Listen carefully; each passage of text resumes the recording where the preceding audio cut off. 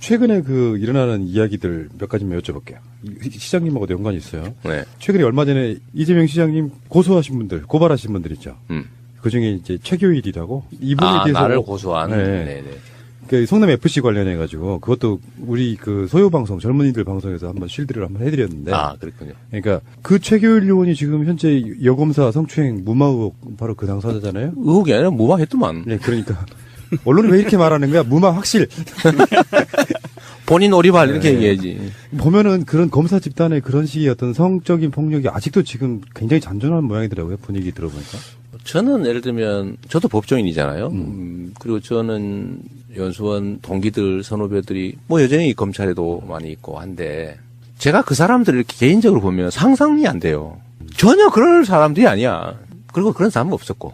근데 이 최교일이나 여기서 뭐 얘기되던 안택은 뭐 이런 사람들 얘기를 들어보면 상가집에 가가지고 문상 가서 속된 말로 주물럭 했다는 거 아닙니까? 그것도 유부녀를요. 유부녀를 그것도 임신 중이었대요. 그랬대. 그리고 초임도 아니고 한 7, 8년 된 중견 검사였던가 봐요. 그걸 세상에 상가집에서 막 만지고 막 껴안고 그랬다는 거 아닙니까? 그것도 앞에 법무부 장관이 옆에 있는데. 보고 있었대요.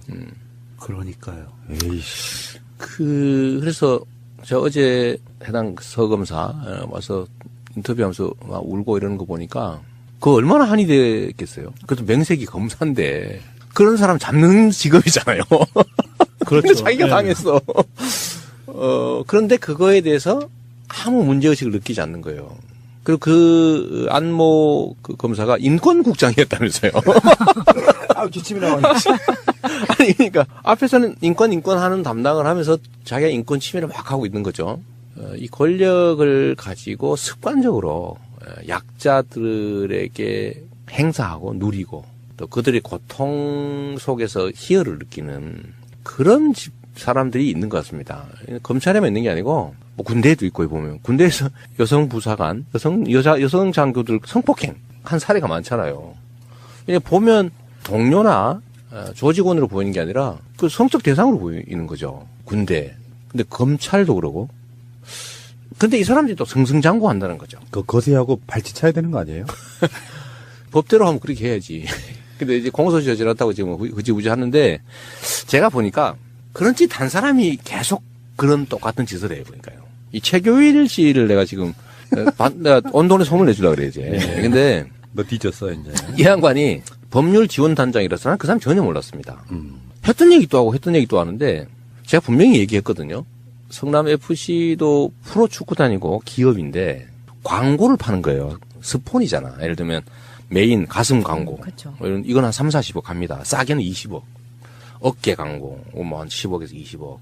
뭐 백부 뭐 이런 데다가도 뭐 한 5억씩 뭐 이렇게 받아요. 그 프리미어 리그의 삼성은 수년간 수백억 내잖아. 어마어마한 건 냈죠. 수천억 돈입니다. 내는데 그 광고를 매출을 한 거예요.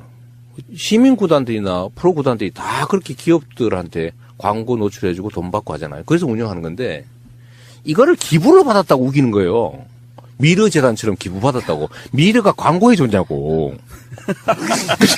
아니 미르가 삼성을 백번호 붙여줬냐 말이에요. 아니잖아. 그렇죠. 근데 우리는 예를 들면 붙여준단 말이에요. 그 광고를. 그래도 수백만이 보지 않습니까?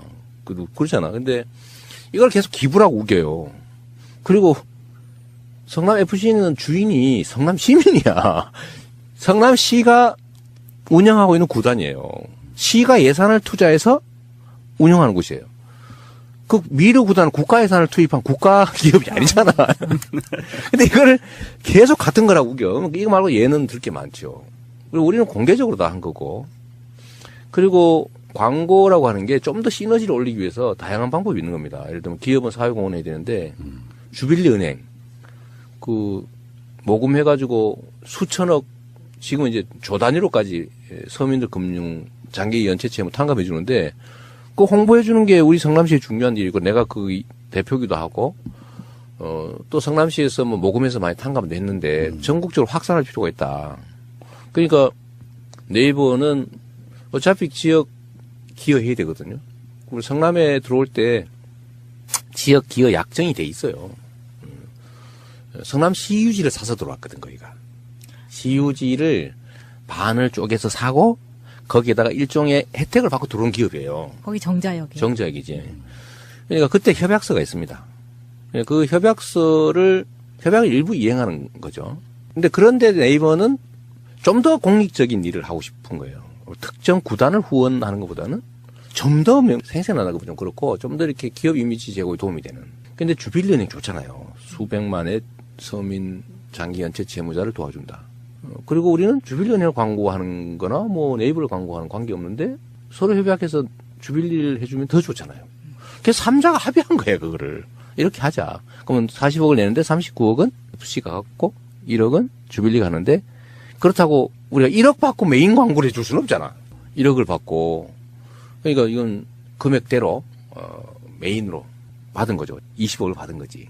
그걸 또 3자 합의했다고 우리가 다 언론에 다 공개를 해서 이렇게 합의했습니다. 멋있다고. 그때 언론, 체육계 이런 데서, 이야, 정말 엄청난 새로운 모델이다. 그러고 칭찬하고 그랬다고. 그때는 새누리당이 가만히 있었어. 그때 만약에 문제가 있었으면 박근혜가 날 가만뒀겠냐고요. 그렇죠. 이게 그 억지 쓰는 거지. 또 있어. 그 사람들이 한 얘기 중에요. 자금 세탁 의혹이 있다 이런 얘기 있어요. 자금 세탁을 기자회견에서 공개적으로 합니까? 네, 여기서 이렇게 40억을 주고 그중에 39억을 우리가 받아가지고 이렇게 광고는 하고 이렇게 합니다. 이렇게 해서 자금 세탁하는 그 자금 세탁 개념에 해당이 안 되잖아. 그게 세탁은 몰래 하는 거지. 숨기는 거잖아요. 같은 이슈인데 이명박은 그런 거 잘하잖아요. 그리고 몰래 하죠, 몰래. 우리는 그건 또 하나 있어요. 건축 허가를 내준 대가로 해준 거 아니냐 이런 얘기해요. 이건 내가 아직 공개적으로 얘기 안 한 얘기인데 네이버가 절반의 땅을 사서 입주를 하고 난 3,000평 남아있는 시유지가 또 있습니다. 근데 그 시유지가 못 쓰고 있는 거예요. 그래서 우리가 그 기업을 유치하자. 기왕이면 공공쳐서 질 것도 없고. 근데 기업 유치를 해야 되는데 그 땅값을 우리가 엄청나게 비싸게 올려놨어요. 팔라고. 거의 평당 3,000만 원 가까이.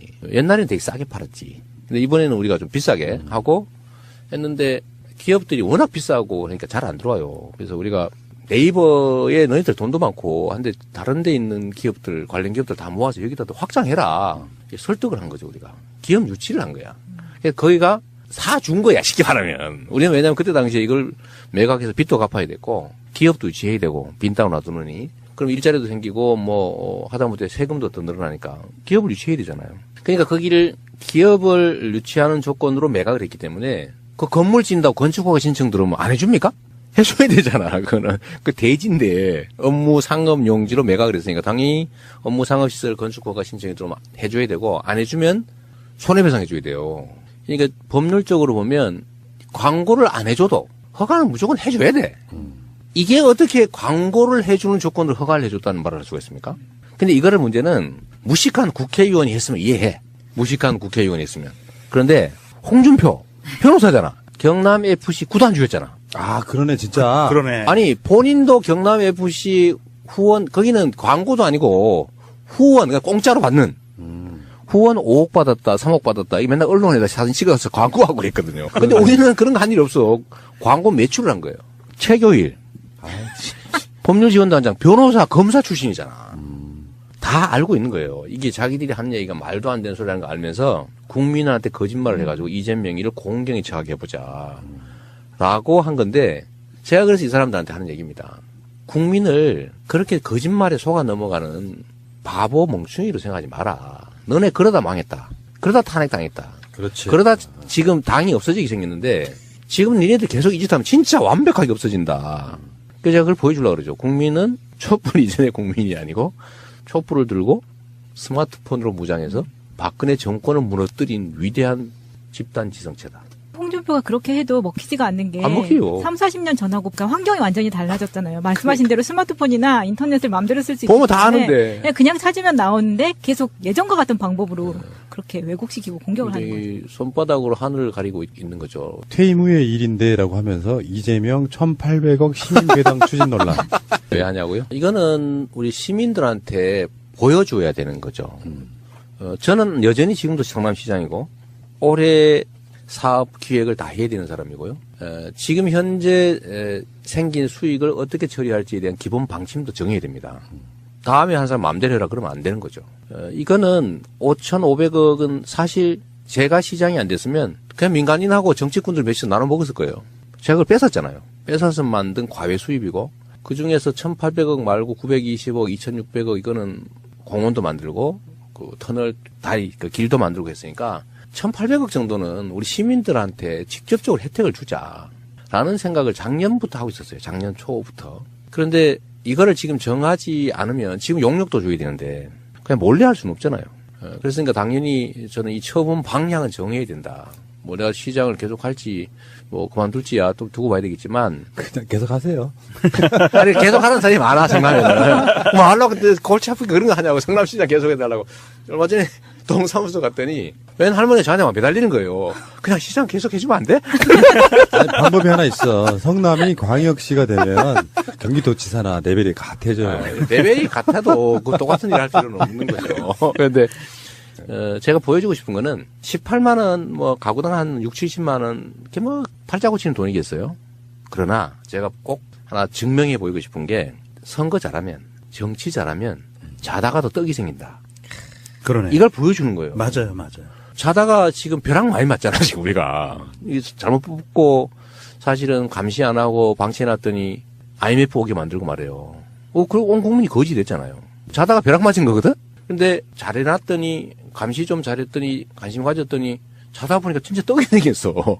이게 얼마나 큰 차이입니까? 맞습니다. 예. 그러니까 이게 지방자치라는 게 이렇게 중요하다. 민주주의라는 게 이렇게 중요하다. 대리인을 잘 뽑고 잘 감시하고 책임을 잘 묻는 게 이렇게 직접적으로 우리의 삶을 바꿀 수 있다. 하늘과 땅의 차이를 만들어낼 수 있다는 거를 하나의 증거로 보여주라는 거죠. 그 증거 중에 가장 좋은 게 현금이 생기는 게 현금이요. 최고의 증거 아닙니까? 그렇죠. 현금. 근데 그것도 뭐 지역화표를 주면 받는 사람도 좋아. 동네 뭐 재래시장도 좋아. 경제 살아서 또 좋아. 맞습니다. 많이 좋잖아요. 예. 얼마나 좋아. 지역화폐 이 부분은요, 앞으로 계속 이제 뻗어나갈 거예요. 우리가 얼마 전에 그 복귀왕 시장 이야기할 때 백원택 씨가 지금 전국이 정책이 된 것처럼 그러니까 어떤 특별한 분야의 복지 정책이 있어가지고 시조급 되는 분들이 있어요. 왜 저애는 안 하던 일을 자꾸 저지르냐라고 얘기하잖아요. 자, 정치와 행정을 구분을 하라면 딱 이렇게 말할 수 있습니다. 있는 길을 잘 가는 건 행정이고요. 없는 길을 만드는 게 정치입니다. 그리고 해야 될 일을 하는 게 정치고 할 수 있는 걸 하는 게 행정입니다. 저는 성남시장이라고 하는 행정을 하지만 그 과정에서 필요한 새로운 길이 있으면 저는 만들어내잖아요. 청년배당, 기본소득 앞으로 해야지. 근데 제도로는 없죠. 예를 들면 불로소득을 걷어서 우리 공동체가 나누어서 가져야 된다. 이거 추미애 대표가 한 지대이론하고 비슷한 겁니다. 왜 공짜로 생기는 수익을 특정인이 또는 특정 그룹이 독점합니까? 우리 모두의 것이잖아요. 근데 이것도 제도로는 없어요. 우리는 언제나 그래 돼서 이 특정 계층 중에 누가 가질까를 결정하는 게 정치라고 생각해. 예를 들어 어디 개발을 하면 누가 먹을 거냐. 그걸 왜 누가 먹습니까? 우리 모두가 가져야지. 그게 제가 생각하는 새로운 길이죠. 그래서 우리 모두가 가지는 권한의 기초에서 생긴 특별한 이익, 불로소득, 누군가 노력하지도 않고 저절로 생긴 거, 이건 다 환수해가지고 우리 모두가 공평하게 나눠갖고 각자는 자기가 노력한 만큼의 결과를 가져라. 그게 공평한 세상 아니에요. 근데 지금 대한민국에 소위 부를 쌓은 사람들 중에 자기가 노력해서 노력한 결과로 그만큼 쌓은 사람이 얼마나 있습니까? 다 부동산 투기, 특혜, 노동착취 이런 걸로 남의 거 뺏은 거잖아요. 우리 모두의 것을 뺏거나 다른 사람의 것을 뺏거나 약자의 것을 뺏어서 다 부를 만들었지. 지가 노력해서 지 노력이 이끌 것만으로 그렇게 만든 사람이 얼마나 됩니까? 그러니까 이거를 과거에 없었다고 해서 없앨 게 아니고 해야 되는 길이니까. 불평등과 격차를 해소하는 일은 정말로 중요한 우리 인류의 과제입니다. 시대의 과제도 아니고. 이 인류의 과제를 성남만이 아니고 지금 다보스 포럼이나 예를 들면 국제기구들도 관심 갖잖아요. 이제는 드디어. 불평등에서 진짜 심각한 인류의 과제다. 예, 우리도 필요하니까 길을 만드는 거예요. 그게 청년배당이고 그게 저는 시민배당이죠. 예를 들면 경기도도 경기도민배당하고 국가는 국민배당을 하면 드디어 기본소득의 나라가 되는 거지. 경기도 얘기 나와서 그런데요.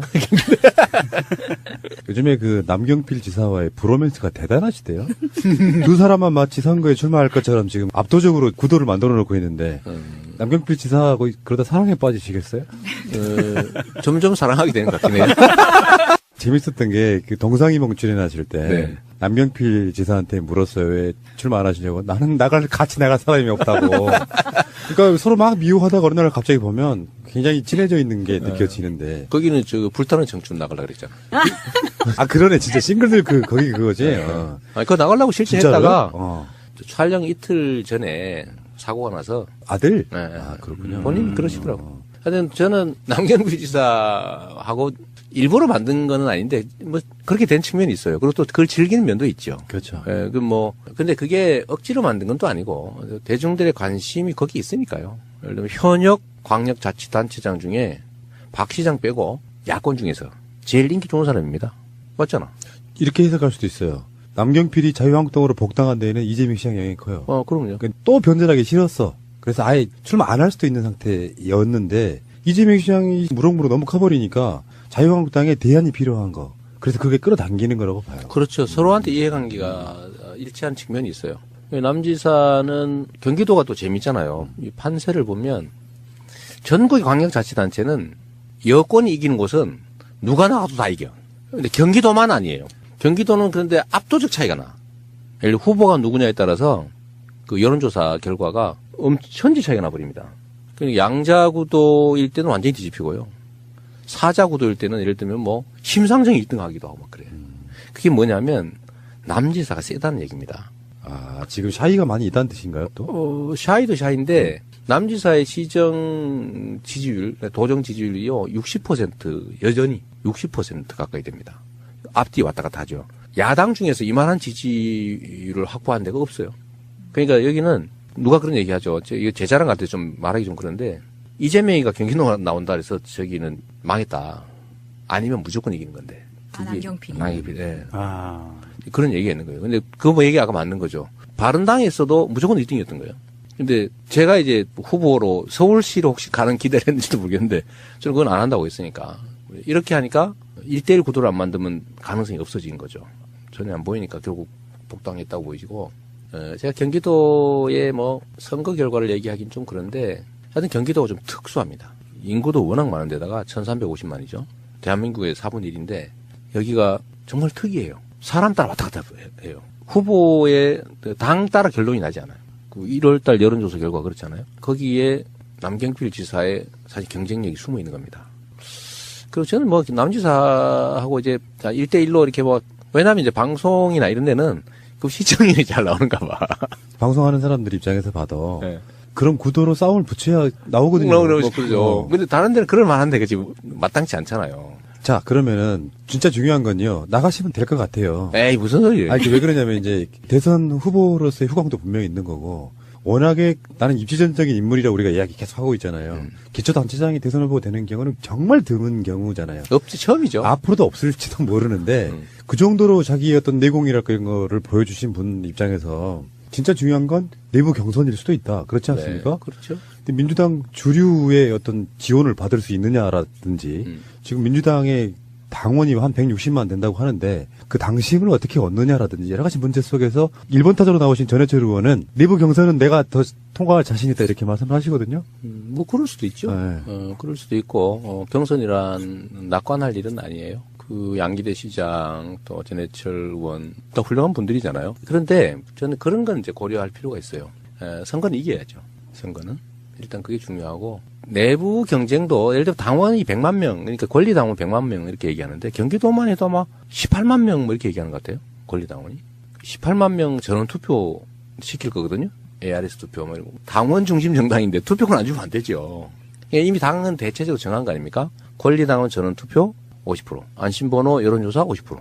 이렇게 대체적 정한 거예요. 근데 10만이 막 넘어가는 그 당원들 전수 투표 결과라는 게 되게 여론 결과하고 비슷하게 가요. 몇천 명도 아니고 10만 명 뭐 이렇게 되면 결국은 이제 국민들이든 당원이든 민주당을 지지하는 사람들.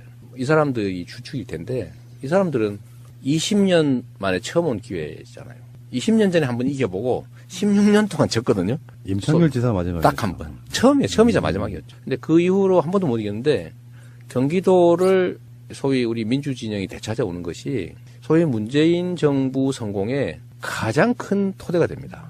플러스 PK 정도면 딱이죠. 거의 PK까지 하면 이제 안정적이 되는 거고 경기도를 회복하지 못하면 상당히 불안해지는 거죠. 경기도를 대한민국 인구의 4분의 1 여기를 회복하는 것 이게 문재인 정부 성공의 이번 지방선거의 가장 핵심입니다. 뭐 서울은 당연히 지켜야 되고 경기도를 되찾는 거.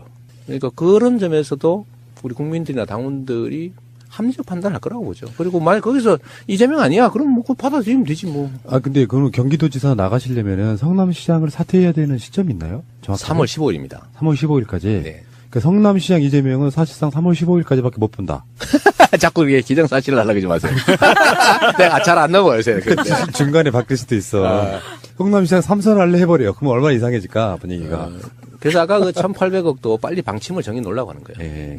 잘하시는 것 같고요. 그 부분은 누군가가 이재명 지지하고 누구는 뭐 어떤 사람 지지하고 이런 부분이 있어갖고 다 일장일단 있어서 지지하는 쪽의 장점만 이야기하는 건데 네. 이런 비판도 있는 거예요. 대선 나가기 위한 용도로 경기도지사 한다 이런 그거. 식의 비판이 있을 수 있거든요. 그 일부에서 그런 얘기 하더군요. 일부에서 그런 얘기 하던데 저는 공직을 다른 내 공직을 얻기 위한 수단으로 생각해 본 일이 한 번도 없어요. 제가 성남시장을 하면서 요거 잘해가지고 딴 거 해야지 이런 생각을 해본 일이 한 번도 없고요. 특히 대선에 이 생각을 했다면 도라이지. 시장하면서 그런 생각을 했다면 그렇잖아요. 서울의 구청장과 똑같은 그러니까. 겁니다. 기초단체장은. 근데 만약에 그런 생각을 하고 있다면 정말 이게 비정상일 테고요. 근데 내가 성남시장을 제가 열심히 하니까 우리 국민들이 저 딴 거 한번 시켜볼까? 호미보다는 저기 쟁기를 두면 더 잘하지 않을까? 그런 생각을 하는 분들이 생긴 거잖아요. 이 대선, 대권 이런 거는요. 개인이 하려고 해서 되는 것도 아니고 결국 국민들이 집단지성으로 선택하는 겁니다. 누구를 쓸까? 그런데 그 중에 막 그 자리를 노리는 사람이 있어요. 주인의 입장에서 봤을 때. 끊임없이 거기다 눈을, 거기다 지휘를 열심히 안 해. 써주겠어요? 절대 안 써줍니다. 국민이 그걸 압니다. 예를 들면 경기도를 맡았을 때 요거를 이용해가지고 내가 딴 더 높은 자리 해야지? 이렇게 마음 먹으면 대중이 그걸 일단 알아챌 뿐만 아니라 성과를 내기 어려워집니다. 제가 맨날 하는 얘기죠. 현재에 충실하지 못하면 그리고 저 멀리 쳐다보고 딴 데 욕심내면 스텝이 꼬여서 자빠진다. 넘어진다. 실제 제 삶의 경험으로 알고 있는 거고. 아니 경기도가 얼마나 중요한 일인데 그걸 수단으로 삼을 만큼 제가 간이 크지가 않아요. 의혹이 하나 있잖아요. 이재명은 한 명이 아니다. 그래서 SNS 하는 이재명, 시정 살피는 이재명. 그만큼 능력이 출중하신 건 누구나 다 아는 거고. 문제는 진짜 중요한 건 대선 이후에 큰 선거가 하나 돌아왔는데 그것이 파열음이 돼가지고 당이 분열되는 요소로만 안 쓰인다면 출마하시는 분들이 경선을 깨끗하게 해서 선거를 일시 단결해서 치르면 분명히 경기도건 PK건 TK건 좋은 결과가 있을 거다 이렇게 보는 거거든요. 제가 말씀드리고 싶은 게요. 이런 대규모의 공직은 국민이 선택하는 건데 그거를 나 할 거야 하는 것도 웃기지만 안 할 거야 라고 하는 것도 우스운 거예요. 그거는 본인이 정하는 게 아닙니다. 그냥 머슴은요. 지가 맡은 일, 시킨 일 열심히 하면 돼. 그러면 주인이 알아서 이거 말고 딴 거 해 하는 때가 오겠죠. 근데 나 저 딴 거 할 거야. 나 딴 거 더 폼 나는 거 해야지. 이런 거 하고 있으면 주인이 절대 안 써줍니다.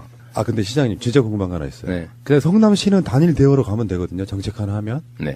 규모도 경기보다 작고. 근데 도지사나 시장들 중에서 자기 권한이 가장 작은 게 경기도지사라는 이야기 들어본 적이 있거든요. 그건 일리가 있어요. 네. 그 왜 그러냐면 50만 이상 도시는 도의 권한을 상당 부분 시로 이양을 해놓은 상태이기 때문에 자기 마음대로 할 수 있는 게 그리 많지는 않습니다.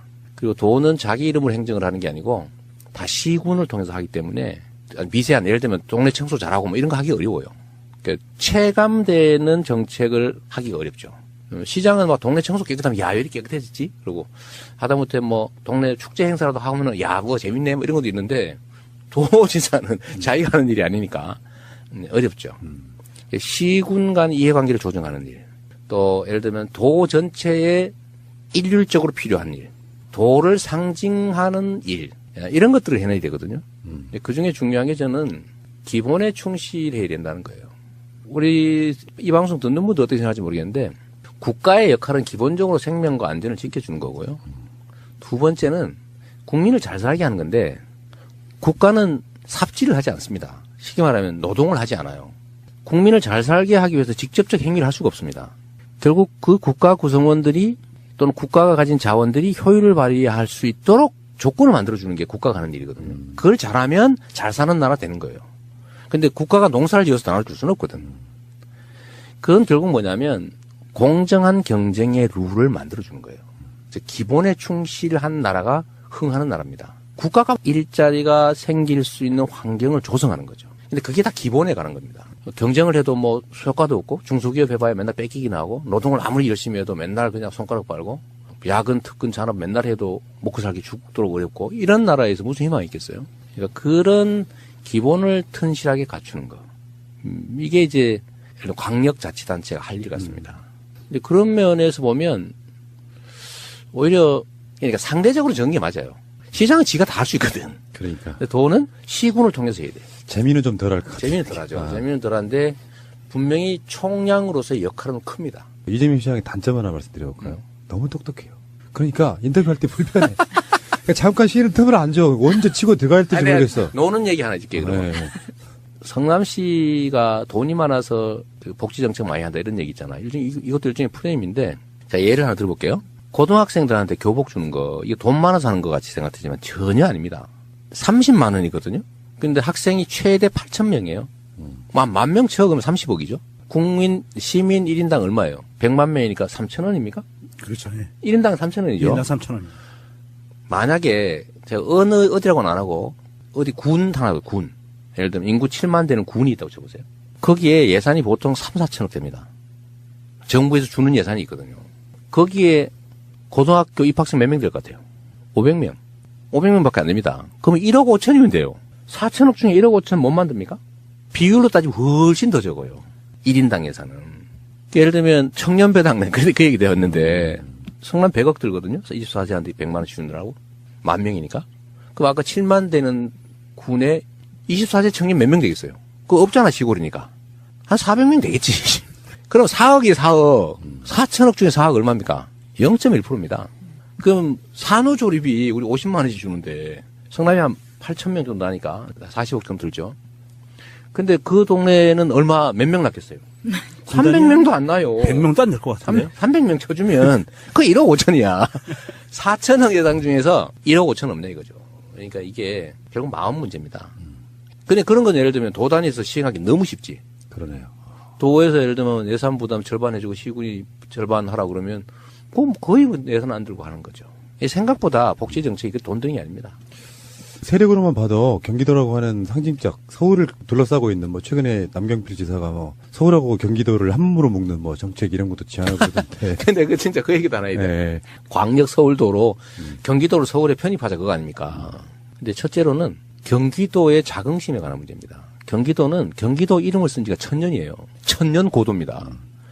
올해가 정명천년, 그러니까 경기도 이름 지은 1000년이 됐네요. 어? 경기도 생긴 지 1000년이라고 쉽게 말하면 새로운 1000년을 시작해야 되는데 서울로 편입을 하자니 없애버리죠. 서울을 경기도로 편입해야지. 그래서 생각을 해도 그렇게 해야 되는 거죠. 경기도의 가장 심각한 문제는 정체성 부족입니다. 사람들이 경기도민이라고 생각하지 않아요. 서울 시민 아닌 사람 이렇게 생각해. 서울 시민이 아닌 성남 시민 이렇게 생각하는 거죠. 근데 이걸 경기도민으로 생각하게 해줘야 됩니다. 이게 지역 정체성이에요. 자긍심이죠. 그래서 그런 측면에서 완전히 반대로 가는 거고 경기도의 규제를 완화하자. 규제 완화의 방법으로 서울 광역도 얘기를 한 건데요. 그렇죠. 서울은 규제가 없냐? 아닙니다. 서울이라는 이유로 규제가 없고 서울이 아니어서 규제가 있는 게 아니고 필요하니까 규제가 있는 거예요. 근데 그렇게 경기도에 집중되어 있는 거죠. 왜냐하면 서울을 둘러싸고 있으니까. 그래서 이거 규제 완화의 방법으로 광역 서울도, 즉 서울에 합병해버리자. 이거는 옳지 않고 필요한 규제는 유지하고 불필요한 규제, 역차별을 만드는 규제, 비효율을 가져오는 규제 이런 규제들이 꽤 많아요. 예를 들면 북부에 뭐 과도한 군사보호구역이라든지 경기 동부에 과도한 상순보호구역이라든지 자연보존권역이라든지 이런 것들은 규제를 좀 완화해야죠. 근데 이걸 통째로 철폐하자. 서울로 만들어버리면 다 해결된다? 요거는 똑같이 홍준표류에 가깝습니다. 거짓말하면 통하겠지. 스피커 그거면 다 통하지 않을까 이런 기대를 하는 것 같은데 그 생각은 좀 버렸으면 좋겠어요. 확정 지역은 아니지만 지금 간 보고 계시는 거예요. 그런 표현 좀 하지 마. 아니, 그러니까 경기도지사 나간다고 빔은 간보기 이런 거 좀 하지 마. 100% 시장 나간다고 이야기를 안 하고 계시잖아요. 지금 현재는. 네. 그러니까 하는 거 보면 안 나가는 게 좀 이상해진 상황이 돼 있는데 그렇죠. 네. 마지막으로 한 말씀만 여쭐게요. 지금 남경필 지사처럼 뭐 연정 이런 걸로 이렇게 이미지화 된 게 있잖아요.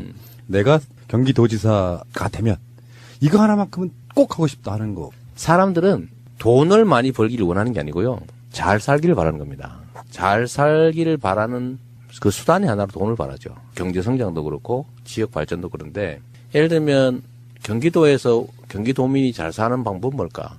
일단 좀 미세먼지 이런 거 대기 오염 문제잖아요. 뭐 요새 미세먼지 너무 막 엄청난 것처럼 보이지는데 사실 대기 오염 문제입니다. 과거의 수질 오염. 수질 오염 문제는 지금 많이 완화되고 있어요. 대기 오염이 이제 근본적인 문제로 사람들이 느끼기 시작한 거죠. 이런 삶의 환경의 문제. 깨끗한 환경에서 잘 살게 하는 거. 이게 되게 중요하다고요. 이거야말로 개인이 아니라 공공이 해야 될 일이죠. 일자리를 만들고 산업을 발전시키고 경제를 성장시키고 이거는 원래 하는 거야 맨날. 근데 거기에 예를 들면 경기도만이 할 수 있는 거. 복지를 확대하는 거. 더 나은 삶을 위해서. 경기도가 가진 기회와 자원들을 좀 더 효율성을 발휘하게 하는 것. 쓸데없는 데다가 막 토목공사 하느라고 돈을 마구 없애는 것보다는 사람들한테 지역화폐로 출산 장려해주고 예를 들면 고등학생들 무상급식이라도 지원해주고 그게 지역화폐로 지급돼서 동네 골목 상권으로 살고 이럴 수 있다면 돈이 2배, 3배로 효율성 있게 쓰여지는 거잖아요. 그런 경기도가 가진 또는 그 지역이 가진 자원과 기회가 효율적으로 잘 쓰여지게 하는 거. 결국은 기본에 관한 것이다. 이 말씀 꼭 드리고 싶어요. 너무 막 우아한 뭐 동부가 뭐 첨단 뭐 도시 막 세계 뭐 허브 뭐 그런 거 안 했으면 좋겠어. 그냥 기본에 충실한 사람이 살만한 행복하게 질 높은 삶의 유지가 가능한 이런 쪽으로 가야죠.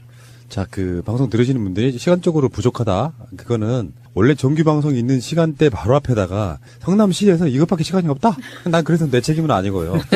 나머지 부족한 부분들은 이 시장님이 굉장히 많은 인터뷰를 나가시거든요. 찾아서 들어보시고요. 저는 제가 소관할 상황은 아니고 마지막으로 이런 말씀 하나 드리고 싶어요. 정말 옛날에 엄청나게 친한 동네 형이었는데 네. 동네 형이 이제 검사가 돼가지고 서울에서 네. 연락이 잘 안 되는 그런 형. 그래서 한번 모시기도 힘들고. 뭐 그런 부분이 있는데. 미안합니다. 명절이나 한번 내려오시겠죠, 뭐. 고향에. 그것도 그렇고. 네. 채널 청취자 여러분들, 부탁드리고 싶은 게 이런 게 있어요. 좀 길게 멀리 봐야 된다. 물론 저도 이제 잠깐 매몰돼가지고, 좀 지나친 오바로, 내부에 좀 손상을 준 게 있는 것 같아요. 되게 후회스럽기도 하고 그런데, 그러나 또 우리가 미래를 향해 가야 되니까 작은 차이들, 이런 것들을 조금 좀 이겨내고, 좀 더 길게 멀리 크게 보고 모두의 목표를 향해서 같이 힘을 좀 합치면 좋겠다. 그런 생각이 많이 듭니다.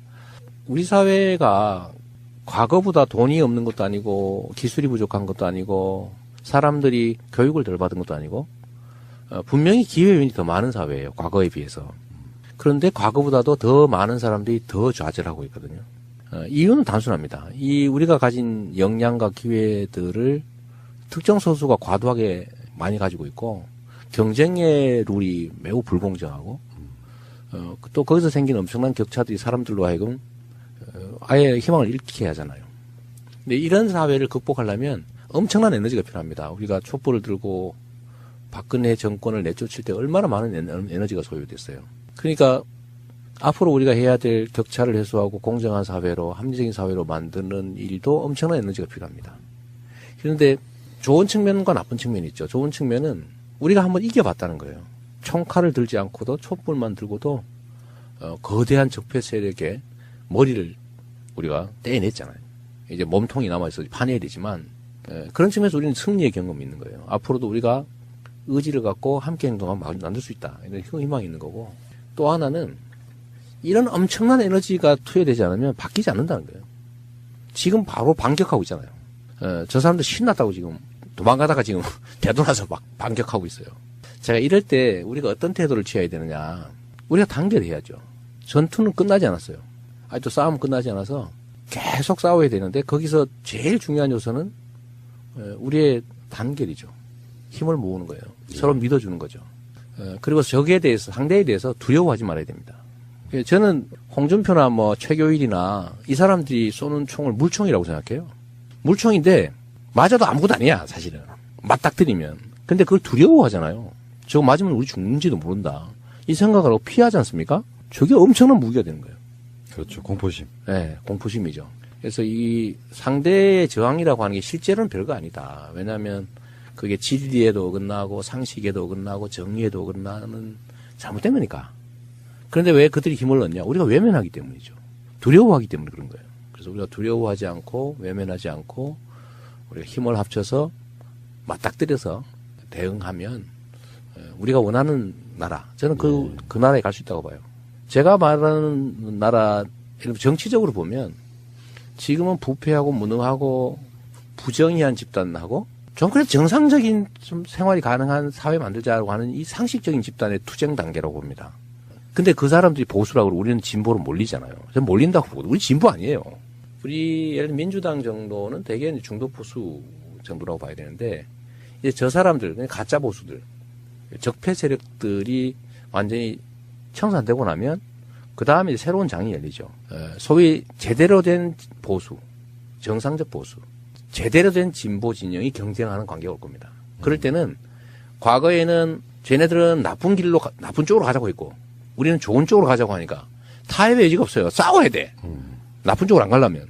그런데 우리가 앞으로는 다 좋은 쪽으로 가자는데 이 길을 통해서 좋은 쪽으로 길을 갈 거냐, 저 길을 통해서 좋은 쪽으로 갈 거냐의 경쟁 관계라면 사실 어딜 가도 상관없습니다. 그럴 때는 그야말로 대화가 가능하죠. 그게 합리적 경쟁 사회죠. 그래서 민주당 정도가 제대로 된 보수의 영역을 맡고 정의당이나 뭐 예를 들면 노동당이든 뭐 녹색당이든 이런 쪽들이 진보 영역을 맡아서 그 두 가지가 제대로 경쟁을 하면 나라가 비로소 정상적인 상태가 돼요. 제가 꿈꾸는 대한민국의 짧은 미래는 이런 겁니다. 그게 이번 지방선거, 다음 총선, 그 다음에 거기에 연동되어 있는 다음 대선이죠. 예. 다음 총선과 대선은 사실 연동되어 있습니다. 그리고 지방선거도 다음 지방선거도 똑같죠. 사실 운명은 이번이 아니고 다음 총선입니다. 다음 총선과 대선에서 나라의 운명이 결정나겠죠. 비정상과 정상이 싸우는 그야말로 반지의 제왕 시대로 갈 거냐, 아니면 합리적 영역에서 방법을 달리하는 합리적 경쟁이 가능한 상식 사회가 될 거냐. 그 운명이 결정나는 다음 총선 대선입니다. 첫 번째가 이제 이번 지방선거니까 그래도 자신감 갖고 서로 믿어주고 손잡고 같이 가면 좋겠다. 그 말씀 꼭 드리고 싶어요. 시장님 이야기를 들으면 이런 생각이 들어요. 아까 농담처럼 적폐가 뭐냐면은 너무 똑똑해. 어느 정도 머리에 그냥 개념만 갖추고 적당하게 이렇게 해야 되는데 너무 똑똑해요. 이게 이재명 시장이 버려야 될 가장 최고의 적폐입니다. 너무 똑똑해. 아니, 그 대한민국 이 똑똑한 유권자들의 위임을 받아서 시정, 도정, 국정을 펼쳐나가려면 똑똑하지 않으면 안 돼요. 하긴 뭐. 똑똑한 머리 딴 나쁜 데 쓰는 것보단 나아. 그렇습니다. 그렇죠. 예, 정리할게요. 추운 겨울, 눈 내리는 날, 좀 시간이 좀 부족하긴 해요. 보통 인터뷰 같으면 한 2-3시간 할 텐데, 딱 이 시간밖에 없다고 잡아주면 내가 뭐 방법이 없는 상태 아니겠습니까? 네. 어쨌건 시장님과의 오랜만에 만남, 정말 즐거웠고요. 네. 가끔씩 명절에 내려오세요. 아, 그럴게요. 그럼 명절에 좀 놀러 와. 알겠습니다. 성남으로 오면 그 촬영도 쉽고 방송 철비도 다 있는데 말이에요. 그러네. 출장 한번 갈게요. 알겠습니다. 감사드립니다.